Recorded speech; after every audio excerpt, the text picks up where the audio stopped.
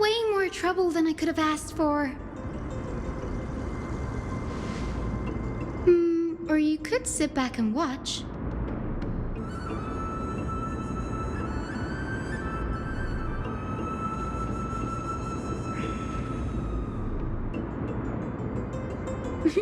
I'm kidding, Danny. Lend me a hand, pretty please? All right, now let's get him!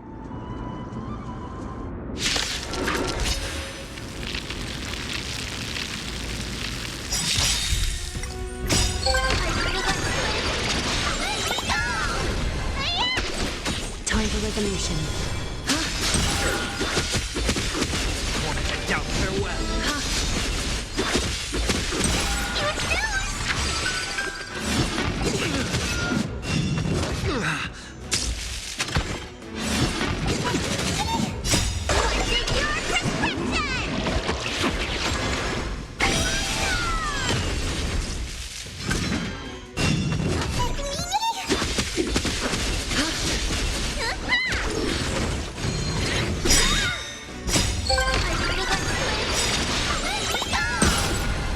Thus our fates become one. Safe judgment, like a wisp of sleep. Trinity is before me.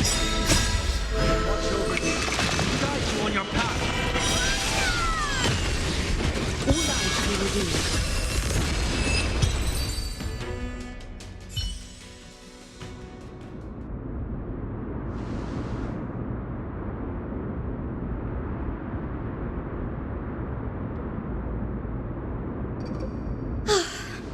The Black Tide is remarkably quick to detect the light of Amphorius. So or rather, the blessings of the Sky Priest in me, might have unknowingly called them to me. Anyway, never mind that for now. Here, you might want to have a look at this. I found it around here and thought it might be of interest to you.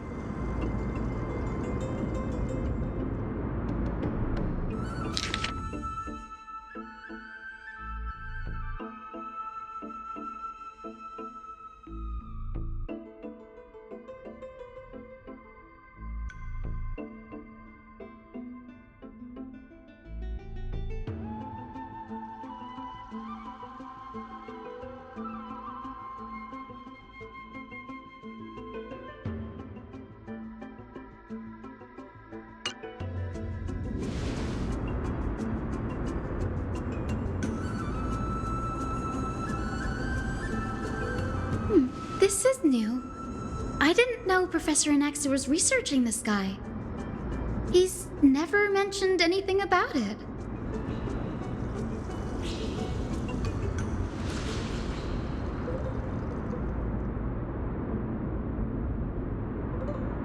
Might is an understatement. AdnGhry has never been one to venerate the gods, nor has he ever found it within himself to put any faith in the prophecy. People have come to think of him as a heretic, even in a place as liberal as the Grove. Yet, it is also this very blasphemer that Circe's favors. Fate sure works in mysterious ways.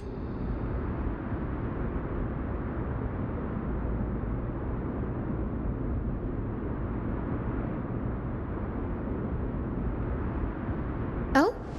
Let me have a look.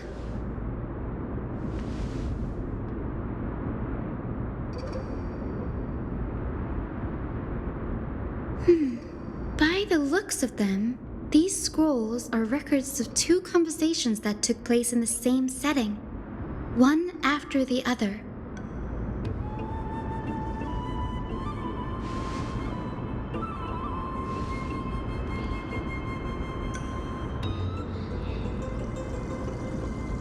Sure, go ahead. The Grove of Epiphany is home to 7 schools of thought. While all 7 schools are founded on the ideologies of Thalesis, the first scholar, each is unique in its own way. Among them, the Venerationists revere and worship the Titans the most. As the sage of the Venerationists, Euthyphro has always been at loggerheads with AdnGhry. If we were to place the seven sages on the scales of Talanton, AdnGhry and Euthyphro would be placed on opposite sides to achieve balance.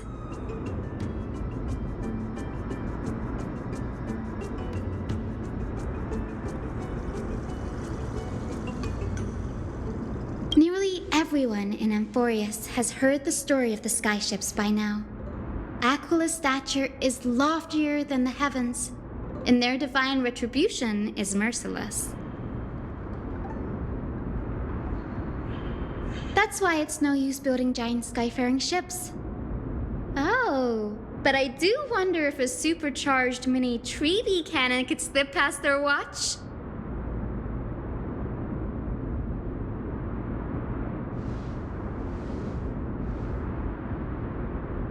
Newsporists primarily study the application of alchemy in soul repair.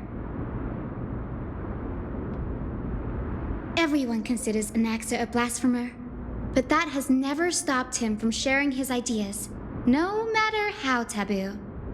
If you must say that he's hiding something, then it's likely what lies beneath his eye patch.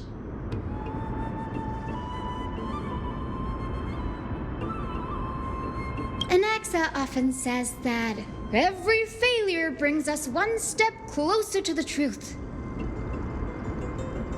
Perhaps, to him, the crash of the skyship carries a different interpretation. The firmament is not impenetrable. On the contrary, it was precisely because the skyship represented the first step toward breaking free from the shackles of the earth that it provoked the wrath of the Sky Titan and brought divine punishment upon itself. It's a shame that the majority of the Grove's research on Aquila was headed by the Venerationists, with sacrificial rituals making up a predominant part of their findings. Discourse about more esoteric subject matters in relation to Aquila dwindled even further after the skyship incident. So much so that even this scroll is completely new to me.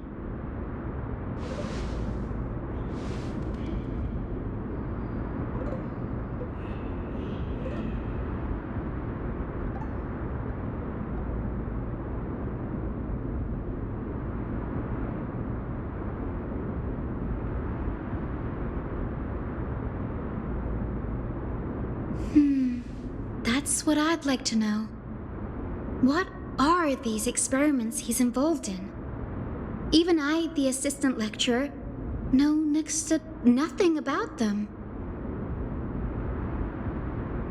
I have a bad feeling about this. Could there be more to what happened at the Grove?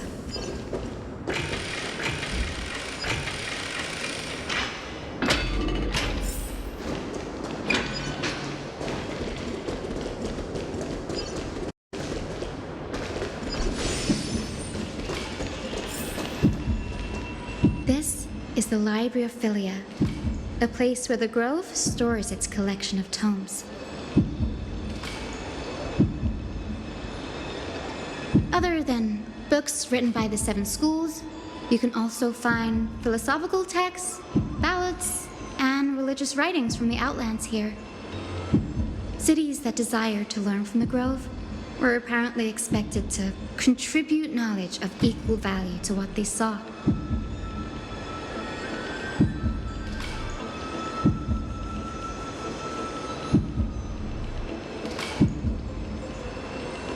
We've had more than our fair share of hilarious episodes over the years. For instance, it's said that the Erythrocheramists once borrowed a manuscript from a certain author, but ended up returning a copy instead of the original. What's more, the original manuscript was supposedly then hidden here.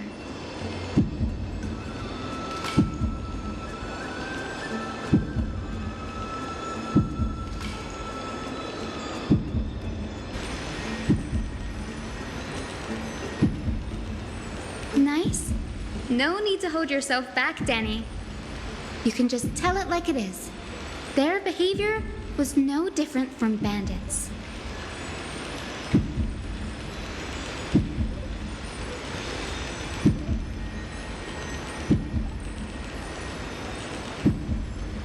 Whew, you've got me there. Some said you couldn't even find a dictionary in Castrum Kremnos, so I guess they were spared. There are too many books in the Library of Philia. Flipping through them all will take too long. Why don't we use the biblioslate to search for the texts we need? We can bring them back to Akama for reading after that.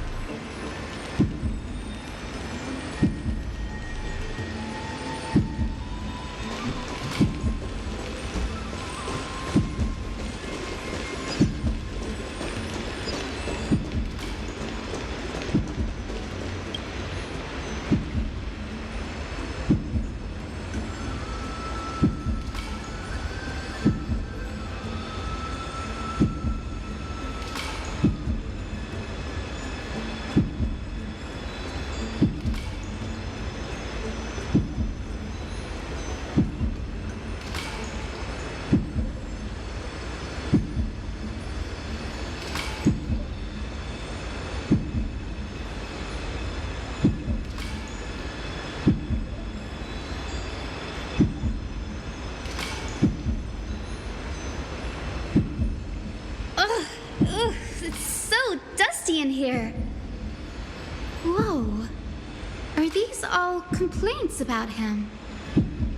I can already see what they must have written. Anaxa has no respect for the gods.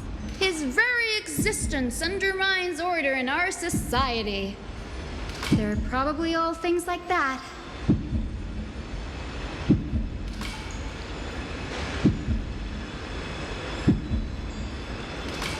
Why else would they call him the great performer? When Anaxa established his school of thought, the first thing he apparently did was read his own work to everyone.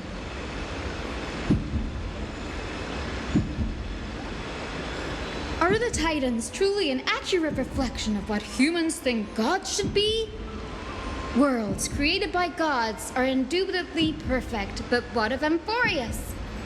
Only foolishness and insensitivity everywhere you turn.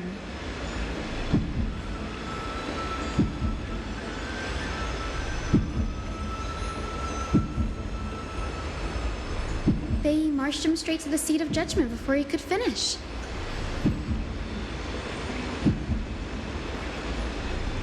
Though what he took on in the end was more of a debate than an actual trial. He had to address every one of the scholar's allegations, or face expulsion from the Grove.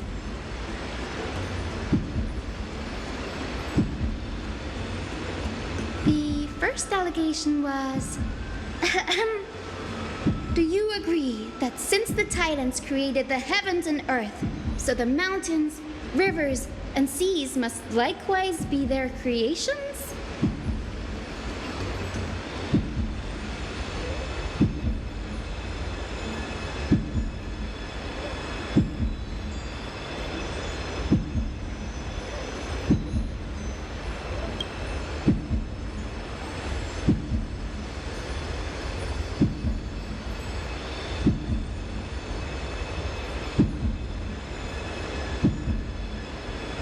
Anaxa would have probably been spared a lot of trouble if he had answered this way.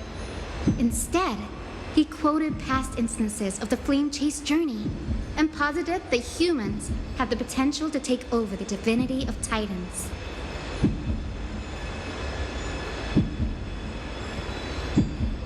Needless to say, his critics didn't take kindly to his answer, so they followed up with a second allegation.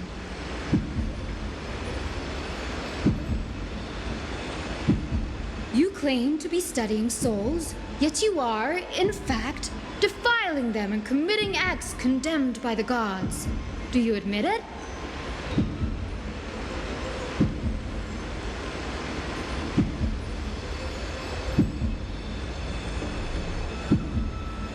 AdnGhry always wears an eye patch, never removing it, even when alone. Some say he used one of his eyes as an alchemical ingredient. Every being in the world owes their safekeeping to Kifili, and this is even more so for the Chrysos heirs who have divine blood coursing through them. If he has really done something of that nature, then it'd indeed be sacrilegious.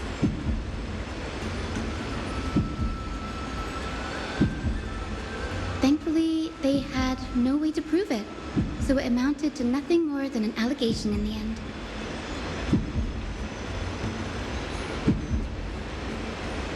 One by one, AdnGhry engaged in wars of words against those who would challenge him. Toward the end, a scholar asked him, "Anaxagoras, have you any respect for the gods?" It was only after a brief silence that he answered, "I have never denied that titans are meant to be noble constructs."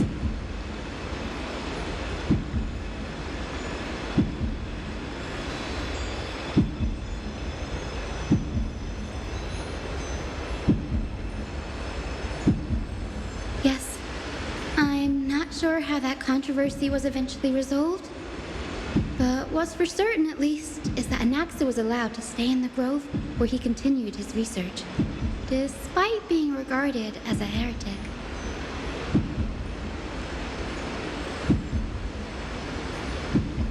By the way, this stack of complaint letters has reminded me of a place in the grove.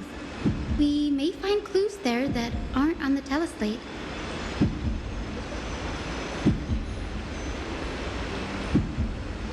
I'm talking about AdnGhry's alchemy lab, hidden between the cornerstones.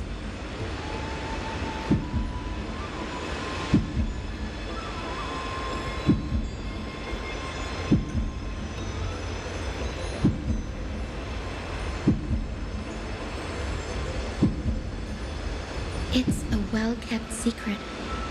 Among the 7 sages, excluding the nominal chief sage, each has a private sanctuary where they can conduct research undisturbed in their free time. Even the administrators of the Library of Philia are restricted from accessing those places and documenting the sage's research. But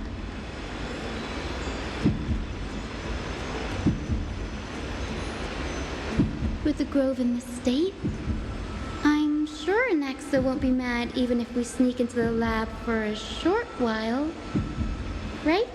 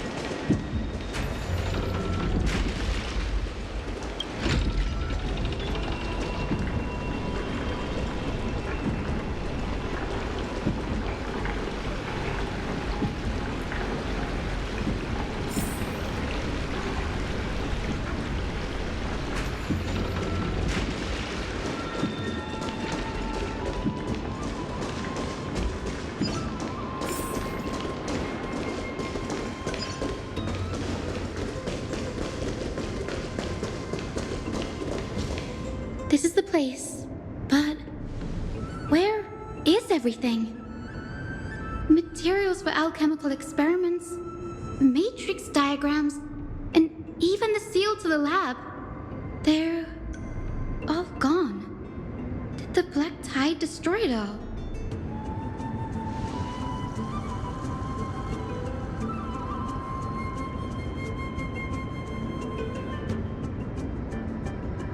No, not even close. Not only are alchemy experiments high-risk activities, But Professor Anaxa also has a penchant for using bizarre materials. Students often saw him walk in looking right as rain, but come out covered in soot with his hair singed. Naturally, no one dared to come near this place. Huh? That bookshelf over there seems to be the only thing still intact.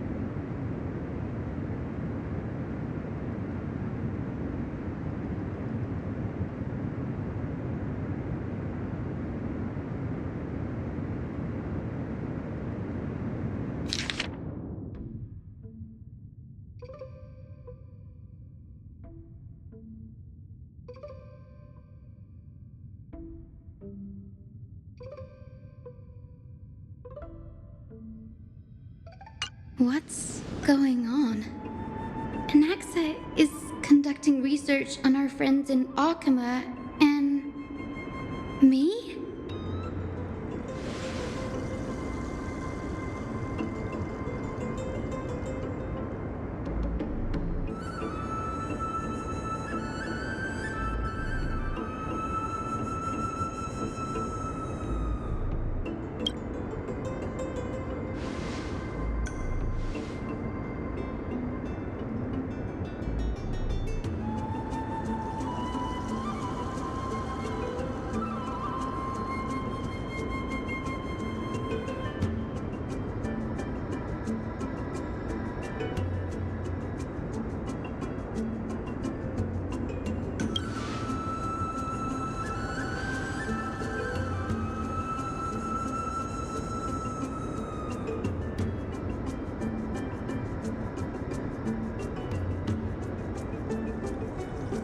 It wouldn't have been so strange if he had focused only on Cassie, given her own curiosity about her origins.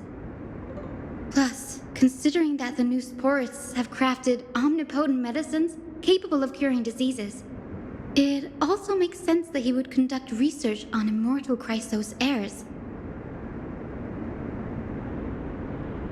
But now, it seems Anaxa's objective was never to create medicine, but to identify the origin of the golden blood and figure out its inner workings.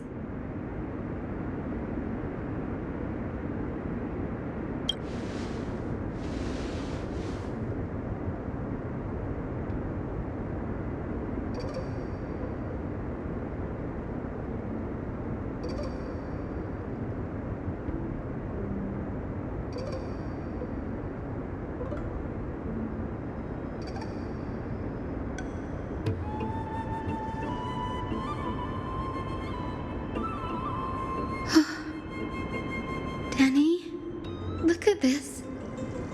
I have a bad feeling about this.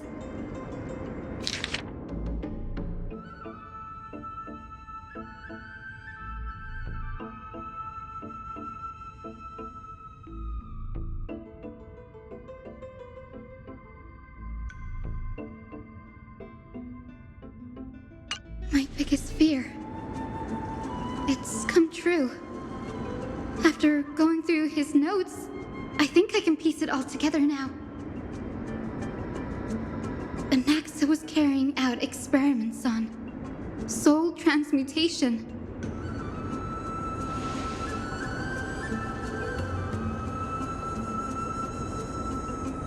Yes, this is what he was secretly conducting research on. Something he had to keep hidden from others. Compared to his public speeches, this is the real blasphemy.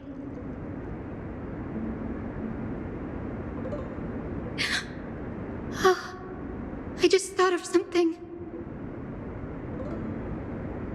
Do you remember when the black tide was approaching? The Grove had planned to send Circe's core flame to a safe place. But an accident happened along the way, and Anaxa lost his life in the process?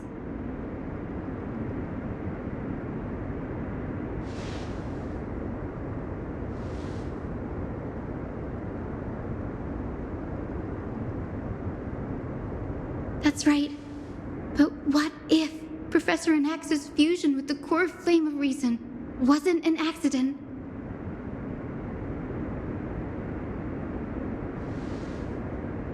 Put yourself in his shoes. Knowing that the black tide was closing in and your time was running out, what would you have done?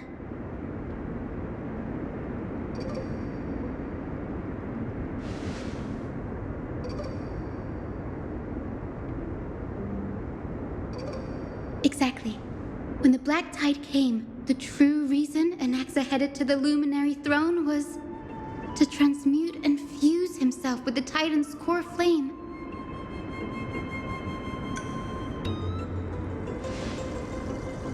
No. Judging from how he reacted after the event, the results came as a surprise. Maybe he failed to consider the possibility that Xerxes would make a similar decision. The manuscripts detailing all the alchemical formulae have been taken away. His research is still ongoing.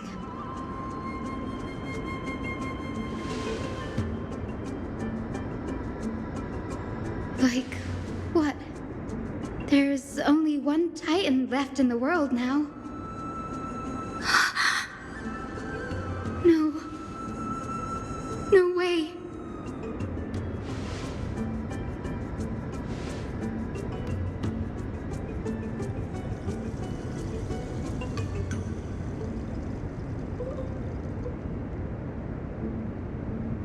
He's after Kefali.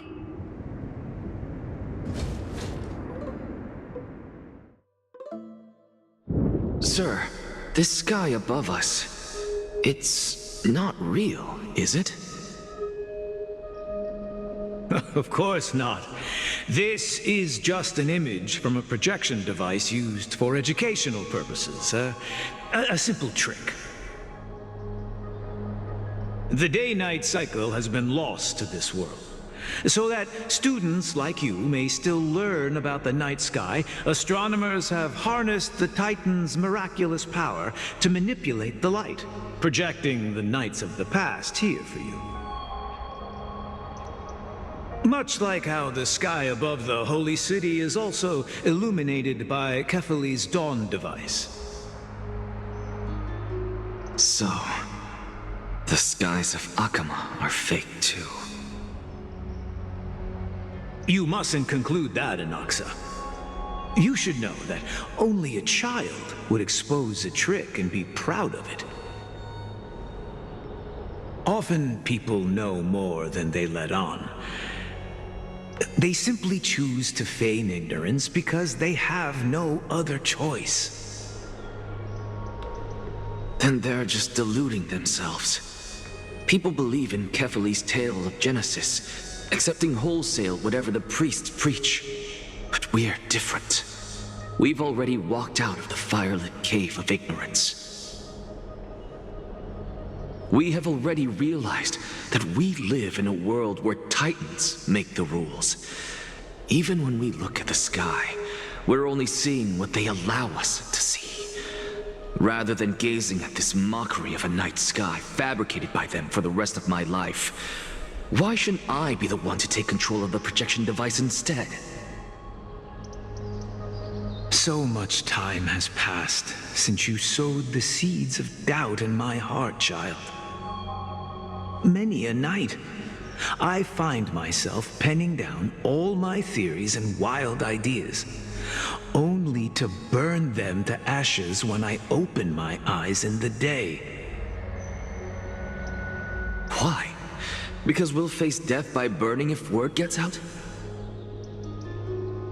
As a sage of the Venerationists, my soul has already become inextricably linked to the great tree.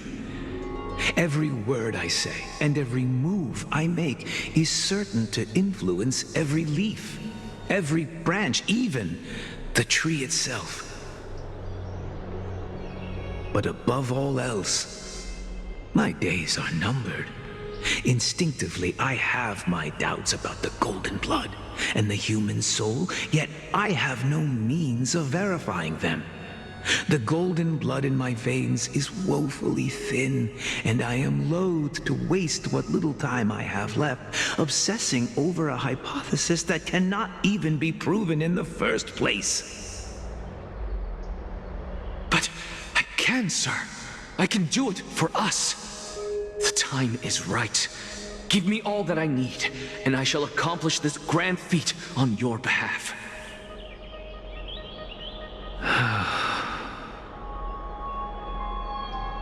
You're right. I shall do just that. In the next meeting of the sages, I will spare no efforts fighting for the rights you deserve. Go. Establish your own school of thought. Find out what we are. Become the one who conquers the ultimate truths of the world. Child of humanity. You didn't go to such lengths for an audience with Kefali. Just ask him a few questions, did you?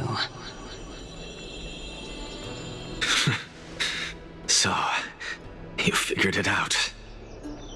If I were as foolish as Adromus, perhaps I'd throw myself down and prostrate before their greatness, begging for the gods' prophetic wisdom.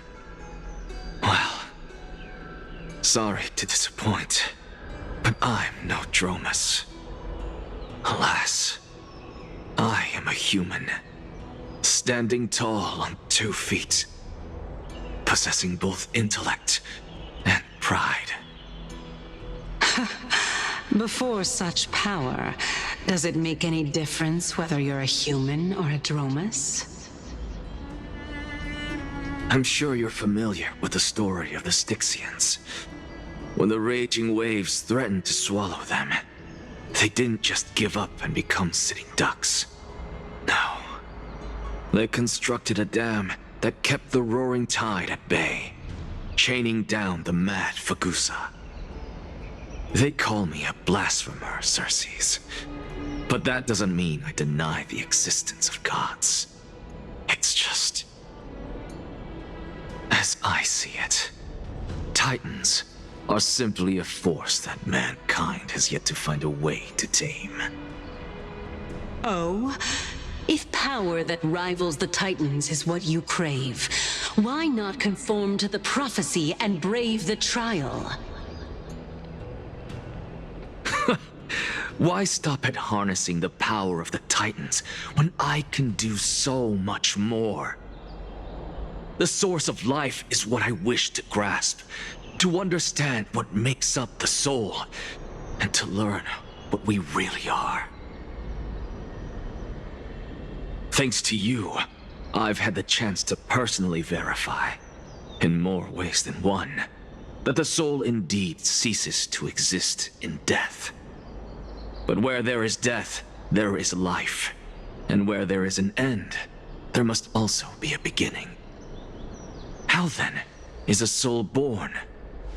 That was the only unknown variable left in my calculations. And by the sound of it, you have already formed a conjecture. No, I have already drawn a conclusion. In my journey unto death just now, I finally saw the answer with my own eyes. Professor Anaxa, I'm here. His life hangs by a thread. I must ask you to refrain from taking any unnecessary steps. Of course.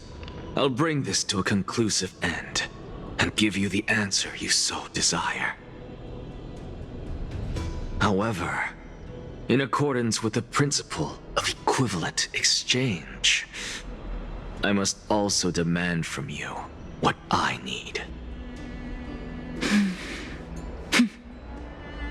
As you wish. Don't you care to know what the price might be? It's a matter of uncovering the truth about the Death Titan and his survival. This may be the only time I can ever save someone's life. There is no need for me to think twice. I see. In that case, let the show begin. Indulge me. Am I correct to say that you intend to prove Thanatos' whereabouts and prove the nature of our existence now? Before I begin, I must confess I had been stuck in a cognitive trap all this time. As unrelated as these two propositions may seem at first glance, they are in fact logical equivalents. They are merely two different ways of telling us about what the soul is at its core. The reason I say this is, as I've mentioned earlier, the answer was hidden in my journey unto death. Anaxa, you were in the Netherrealm? Yes, I am but a living dead man now, but that's not important. What truly matters is, I overheard a conversation between heroes. That's not all. Remember how I said you were a part of that conversation too, Circes? And I've told you that I have no recollection of such an event. That was likely just an illusion conjured up by the mind of a dying man.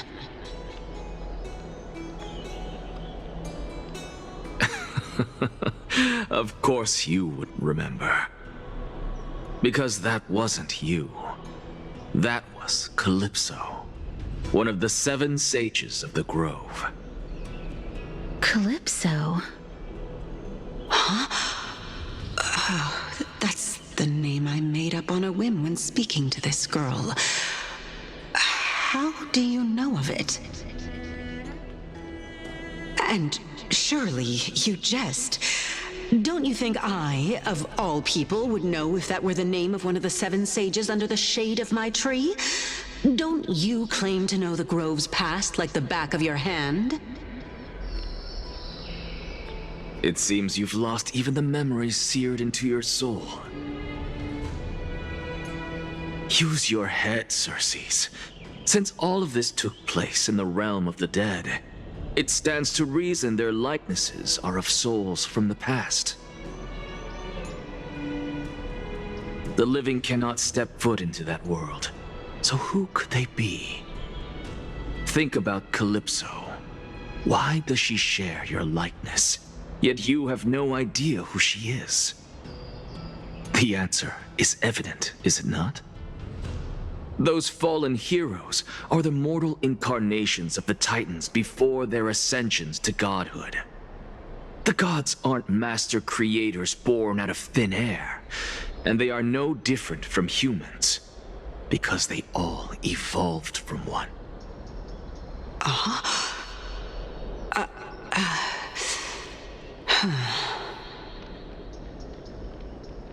Does this answer disappoint you? Yes, because you've answered nothing.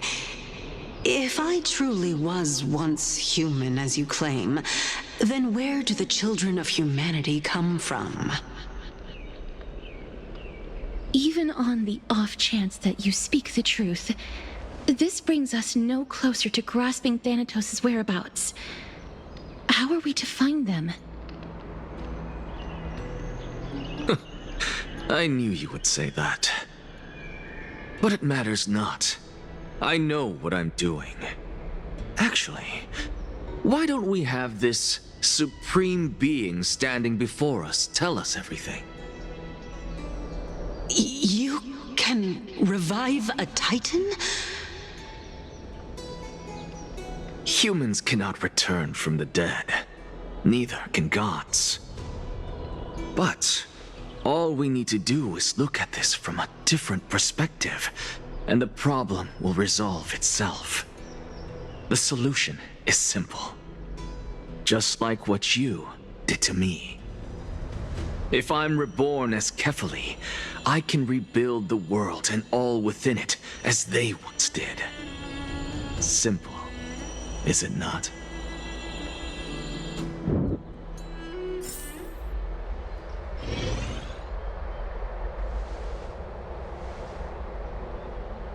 I have news from Hyacinth and Danheng.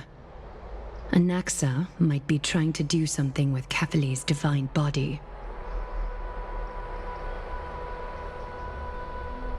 Kefali? But what could AdnGhry want? Is the Council of Elders going to sit around and let such a sacrilegious act unfold? That is not possible. He is indeed the great performer, capable of fooling anyone and everyone with his tricks.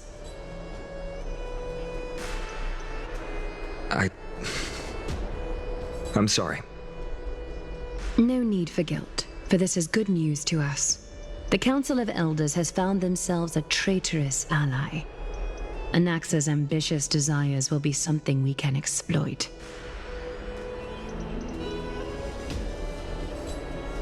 What we should be doing now is to keep our eyes peeled for whichever trickery Kindness is up to, and react accordingly to thwart her plans.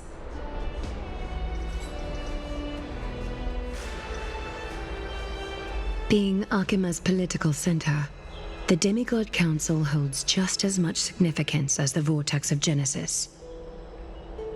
Someday, after my duty is over, this site will take the place of the battlefield where you hunt gods, become the next challenge you ought to overcome. Till then, it's best to get used to this place as soon as possible.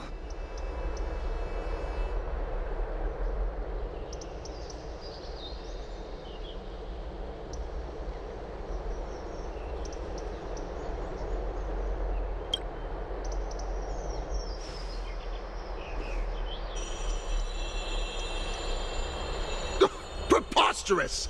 The Christos heirs only have their standing because of the Council of Elders! How dare they trample over it!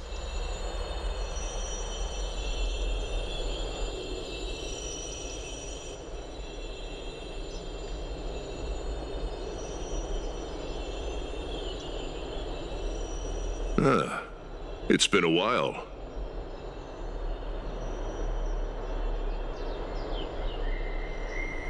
What is that supposed to mean? Is this really the sort of person that the young lord praised as a ferocious warrior?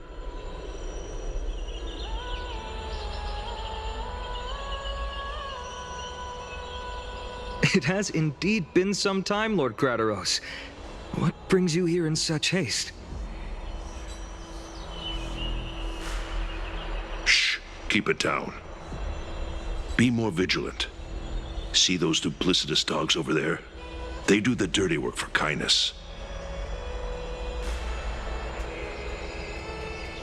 I've already ordered my people to hold them back, but we should still lay low.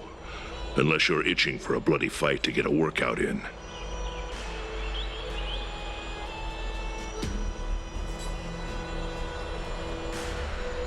My bad. So, did something happen? Did you hear thunderclaps last night?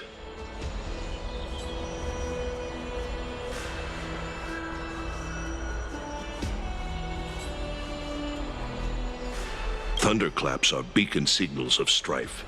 They are a message from the young lord. He threw a spear bearing several words at Akama.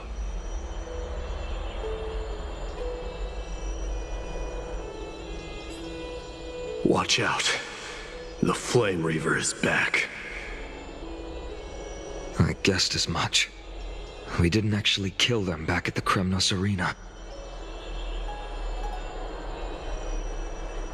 I figured this is something you would want to know. We Kremnoans never back down from a fight. So if you plan to take that thing down in a battle, reach out to me anytime.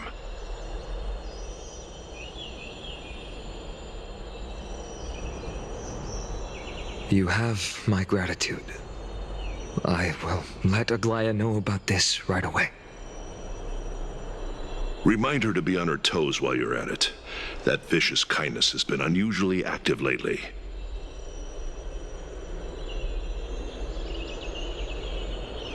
Those lackeys she keeps undercover have been going in and out of the city a lot more frequently these days. Some even seem to be getting Kremnoans to defect to the Council.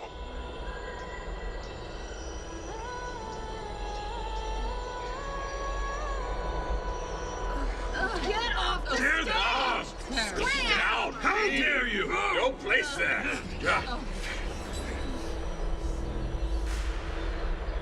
That's her. Looks like you can see it for yourself. We should get back. Thank you for the intel, Lord Krateros.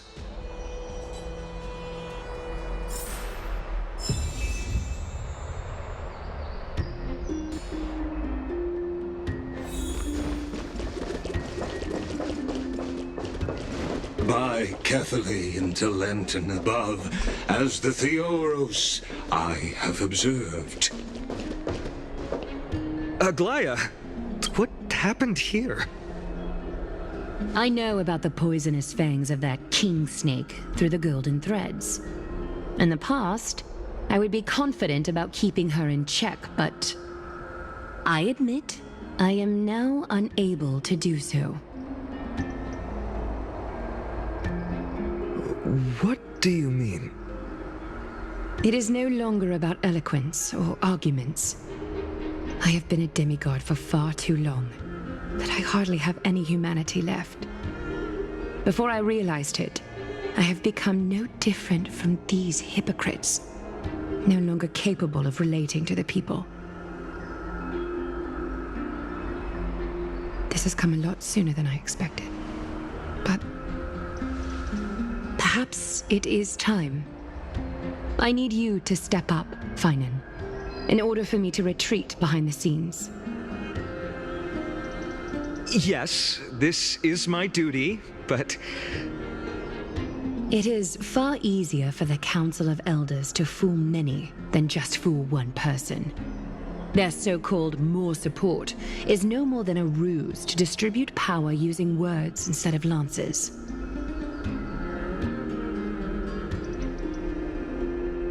There is no glory in winning this debate, but that makes having respect for humans so much more priceless. Finan, you are a Chrysos heir without flaw, capable of relating deeply with humans. I appreciate what you've taught me, AdnGhry. I hope we'll live up to your expectations and win this debate.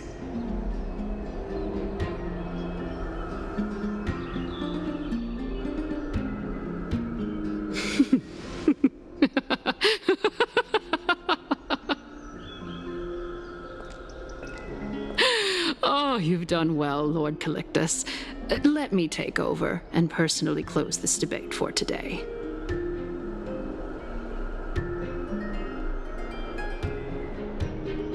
Dearest counselors, let it be known that I sorely miss the blissful times portrayed in lyrical poems. Back then, Amphorius was home to nearly 1,000 cities, each with their own local faith, while gods walked the earth and shared close bonds with humans.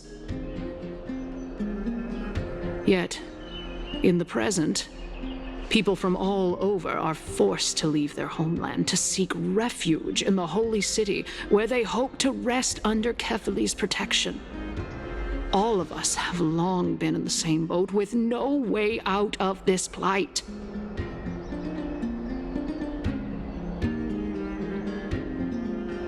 We didn't have a choice in the past, but now, the Council of Elders brings to the table a new possibility. All I have left is one question for you. Would you rather strive toward the unheard of Era Nova, or return to the prosperous Era Chrysia of our past? Make your choice. Now, which of the two would lead mortals to an ideal future?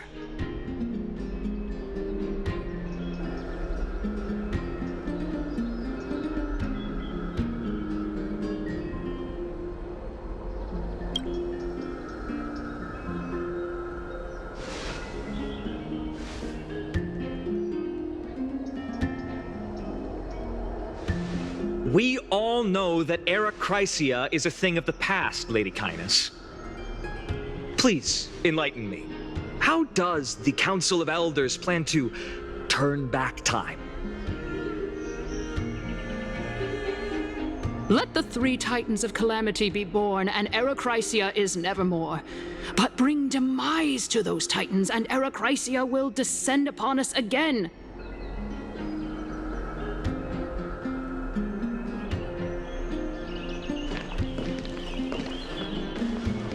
Know that the Council of Elders is never one to make empty promises. Look at who we have on our side.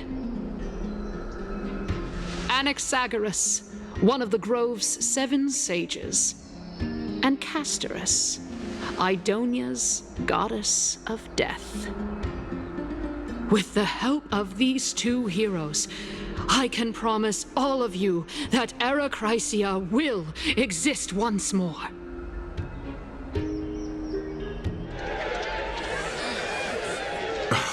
Aren't they Chrysos heirs? They're supporting the Council of Elders instead? It's clear from the start that these heroes do not get along well in their group. All the more proof that AdnGhry isn't fit to speak on behalf of every Chrysos heir. I am in favor of Aerochrysia.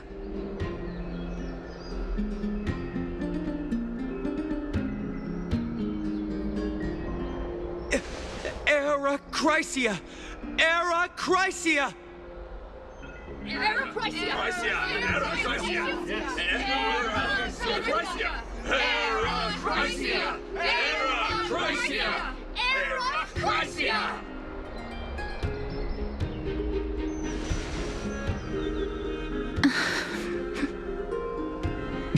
Castorus? Why are you standing over there? You finally arrived, AdnGhry. So have you, Cass. Don't worry, AdnGhry. Well, I know that you have many queries. Could you continue to converse like how the citizens normally do? Tell me, dear citizens, if we successfully retrieve and return Thanatos' core flame without anyone passing the Death Titan's trial, what would happen next?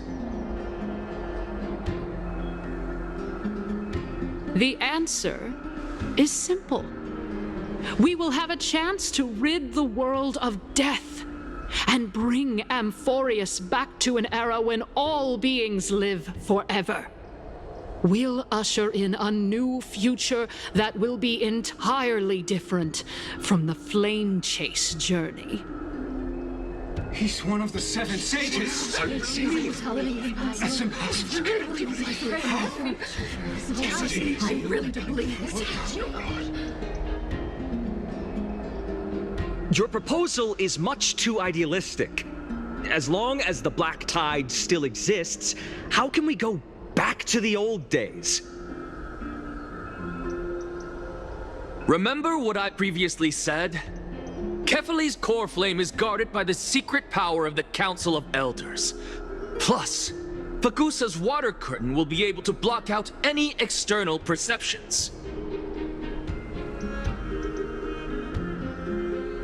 Tell me, dear citizens, have any of you ever seen even a glimpse of the threat that this person is talking about anywhere within the walls of this majestic holy city?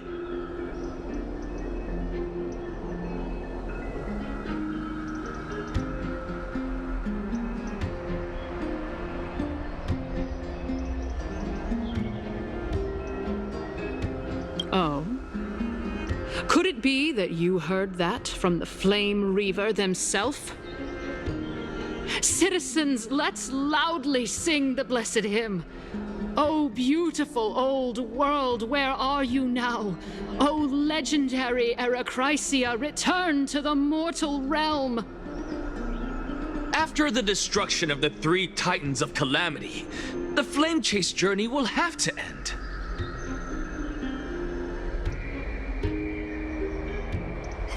AdnGhry! Yes! Yes! It has to end! It has to end! It has to end! It has to end! This is bad. The masses are now totally riled up. AdnGhry, pray tell. Everything that you've mentioned hinges on the premise that we can find Thanatos' existence, right? Thank you, Lady AdnGhry, for still caring about this city. However, dear citizens, we are truly fortunate and blessed. For Castorus, Idonia's goddess of death, will surely find Thanatos under my guidance. What? With that, I solemnly promise that the core flame Lady Castorus brings back will be personally managed by the Council of Elders. Thereafter, if we are able to garner the support of all of you at the Citizens' Assembly, we shall spare no effort in ensuring that the AdnGhry will return to our world once again.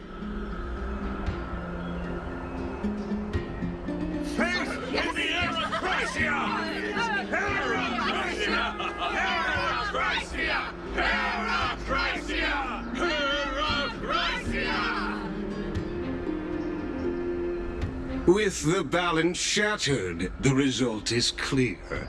Buy carefully into Lenten above, as the Theoros I have observed. Akama has chosen her destiny. The issue up for discussion at this Citizens' Assembly shall be modified to the suspension of the Flame Chase journey. This resolution shall be put up on the Wall of Heroes, such that all citizens are aware of the city's way forward. Yes! To the future! Yes! Yes! I like this. Fantastic! Yes! AdnGhry, dear AdnGhry, what has caused your heart to soften? You also don't seem to be as quick-witted as before. Wag your tongue as much as you like. Since the Flame Chase journey has been preordained by the prophecy, our failure has never been on the cards.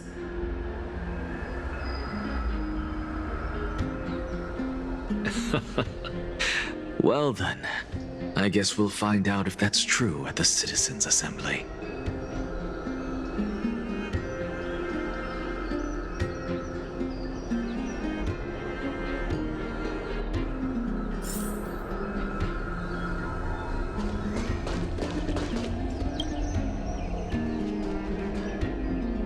Well, it seems that when I sent you to look for AdnGhry, I unintentionally facilitated your partnership with him instead.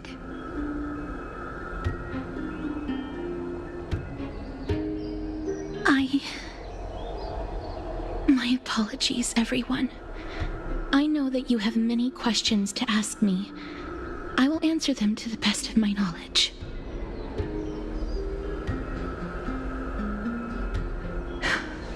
In that case, please tell us as much as you can.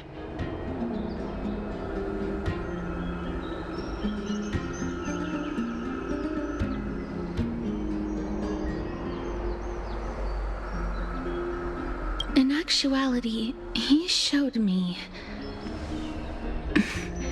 a past that was both long and heavy.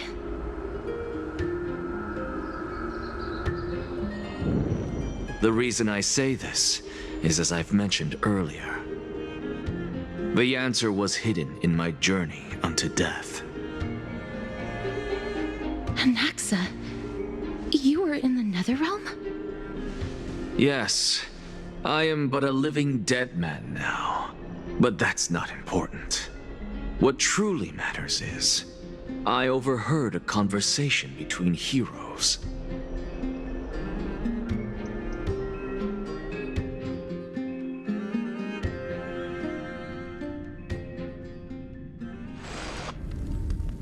Have you heard of this tale before? A tale about the ocean god's treasured pearl, our hometown. It was a seaside town which enjoyed the ocean breeze and glorious, peaceful times, thanks to the wisdom of its ruling queen. Until one day, an evil dragon descended upon the town. Its wings were large enough to blot out the sun, while its claws were sharp enough to rip the waves apart. It barged into the tall tower and devoured the queen's beloved daughter. It even settled itself in her bedroom, like a tyrant king. The queen assembled 300 warriors who managed to subdue the evil dragon by chaining it up. However, when the queen slit open the dragon's belly, she realized that the princess had long since been digested, and all that was left of her was a pile of bones. Devastated, the queen wept for several days. It was then that a devious, smooth-talking scholar arrived at the palace and suggested that the princess could be revived through the use of dragon bone and dragon blood. That liar called this process the secret art of alchemy. The princess was reborn. The queen was overjoyed, blissfully unaware that the evil dragon's soul still lurked within the princess's body. As revenge, the evil dragon swallowed the poor queen, the glib liar, the courageous warriors, and all of the town's innocent civilians in a single gulp. Worse still, the souls of the deceased refused entry to the Netherrealm because they were filled with regret. Forced to roam the mortal realm, these resentful souls ultimately converged into a river of souls that would not retreat for a long time. The terrifying death had consumed all. Thereafter, our hometown fell into ruin as well. Until... Until?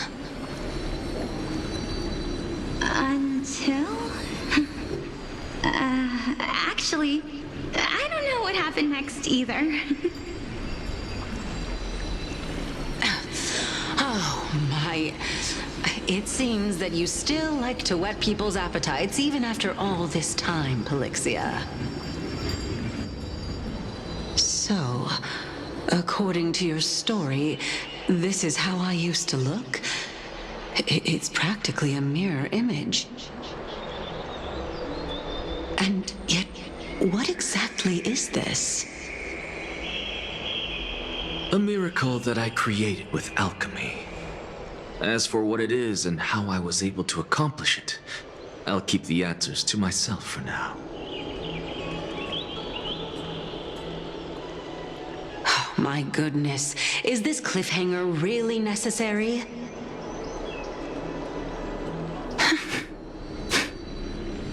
Quiet, Titan. Continue to enjoy this splendid play, and the truth will naturally reveal itself. Dragon, huh? I've heard this legend before. In that case, what do you think of it? I think that this so-called alchemy was a tenuous analogy added to the story by future generations. After all, you've never heard of a tradition of alchemy in your hometown before, have you? Indeed. Before I left home to pursue my education, I never even knew that anybody was looking into this area of study.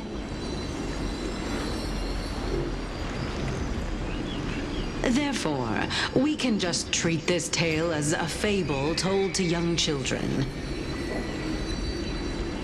A fable, you say? If so, what moral is it trying to impart to the kids? I guess it might be the concept of equivalent exchange? Oh? I thought the moral might be closer to something like honor the dead. Huh. What? At a loss for words?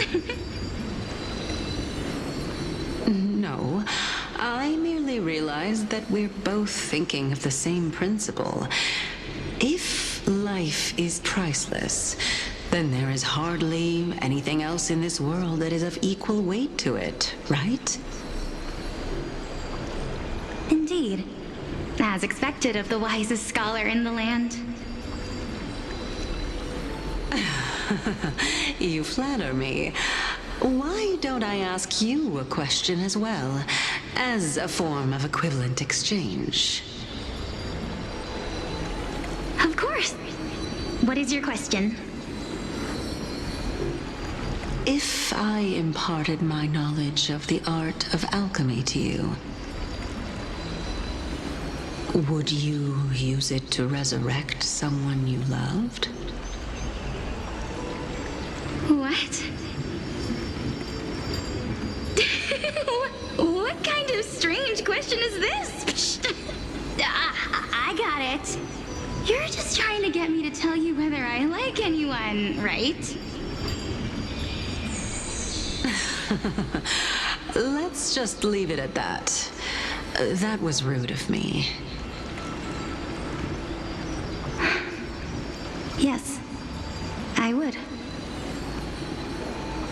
Oh? Death is inevitable. In the days to come, I'm certain that someone whom I cherish deeply will leave me for good. If such a mighty power really existed, I think I would use it without hesitation. After all, you, me, and the rest will all have to face that fateful moment eventually.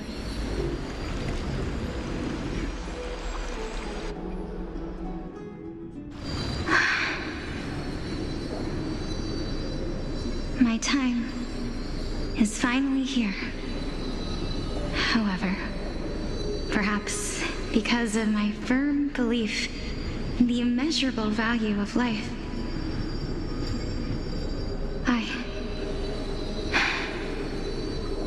I am unable to complete the trial.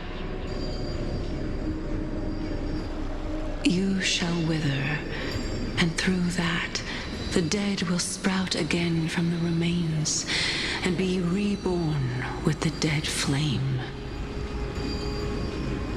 It is a pity that fate is such a cruel mistress. Is there no other way of interpreting those words? I'm afraid that the meaning is clear. Between my sister and me, one must pay the price. Our trial can only be completed when the one chosen sacrifices her life.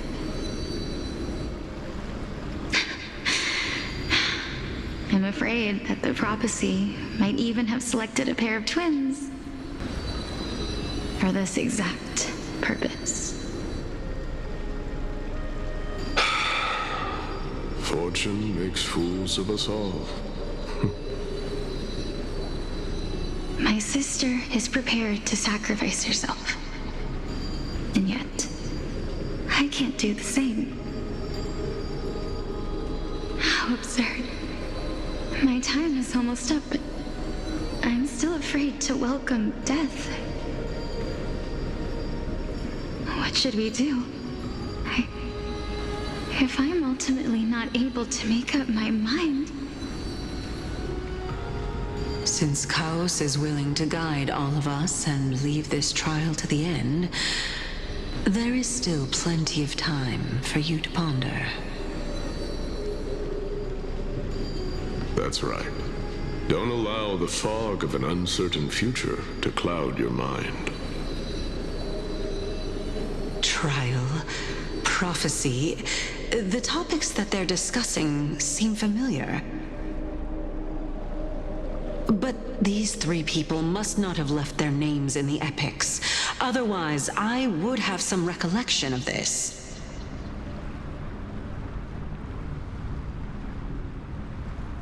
Amphorius's history before the Titans were born was complete chaos. Is that not strange by itself?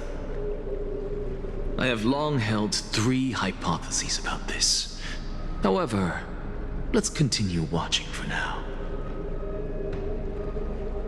Calypso, Polixia, and this warrior. I seem to have met him somewhere before. Regarding this matter, Nias, are you confident that you'll complete your trial? Of course. Though, I am worried about what will happen once I've emerged victorious.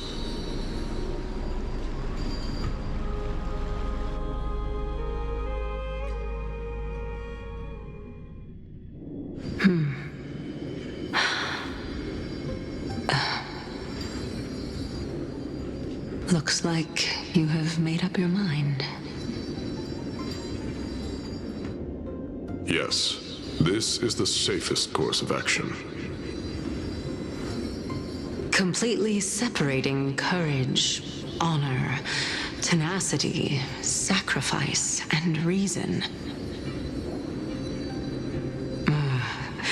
You really know how to make things difficult.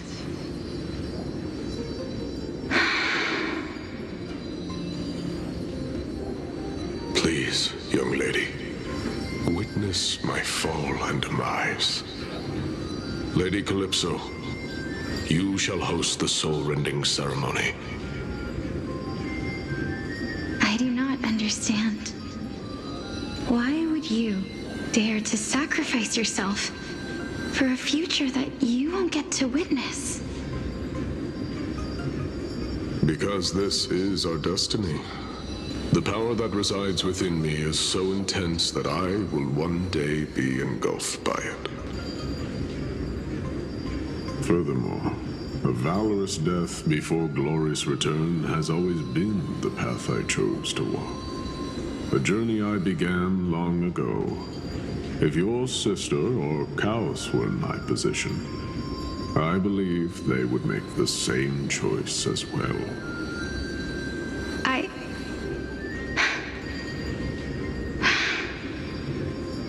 I'm not that brave. I don't know how I'm supposed to face such a serious affair.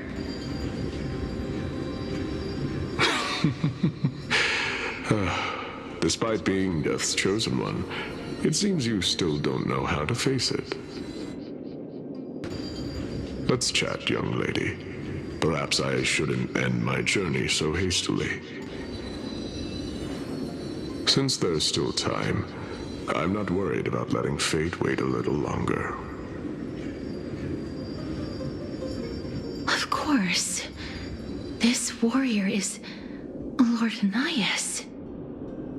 As the embodiment of Nikador's divinity, he entrusted his life to us and allowed humankind to end his madness. That means that what I'm currently seeing before my eyes is, in fact... Looks like one hypothesis of mine has already been proven true. These heroes are the true forms of the Titans. before they attained their divinity. If so, the chosen one of death that he speaks of is actually... Polixia? Is the previous form of Thanatos? But her appearance... If this is true, as long as we can find out where she went, we'll naturally be able to figure out the location of the Death Titan.